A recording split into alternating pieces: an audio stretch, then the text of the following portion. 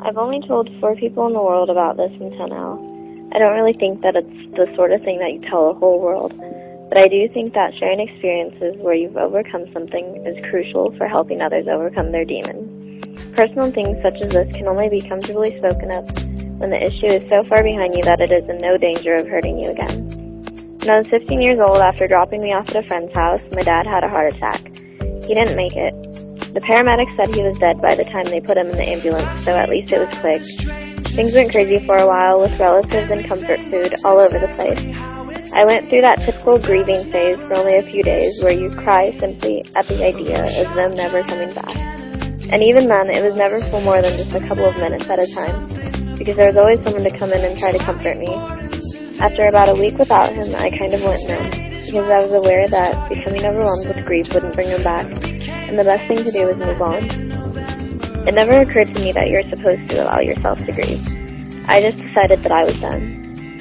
I had a little brother to take care of, and my mom was pretty much breaking down right before our eyes, so I felt the weight of both of their emotional well-being.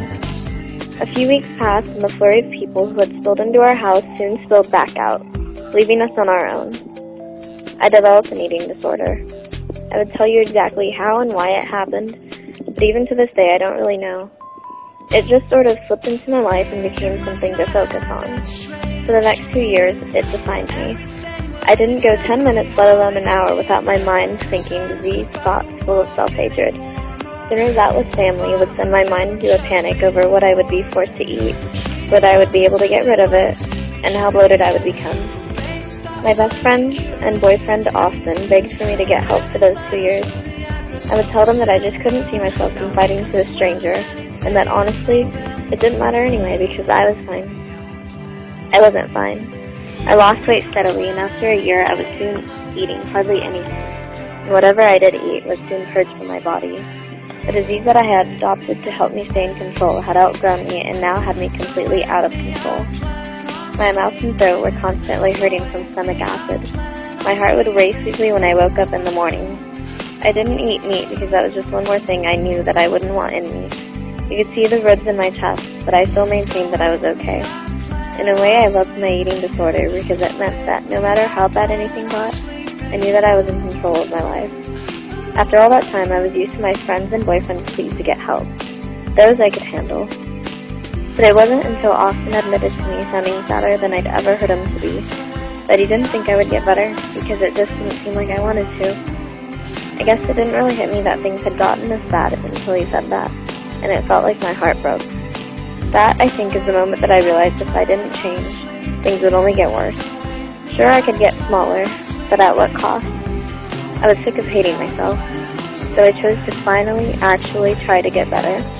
But living out that choice was the hardest thing I'd ever done in my life, which leads me to my point. I believe in self-control.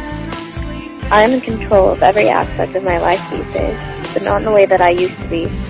I choose to live, I choose to be happy, and I choose to get better. All throughout life, we will make billions of choices, and as cliched as this sounds, the right choice is almost never easy. But if you make that choice, you will know that you are doing everything in your control to live a life that you are happy with and proud of. That's the sort of behavior that makes for happy people. As long as we remember, hey, there is always something to live for, we will always be okay. Sadly enough, those who remain unhappy choose to stay that way. There is always a bright side to find, and life will always provide you with plenty of opportunities for happiness if you would only take them. So make that choice, practice self-control, be happy. This I believe.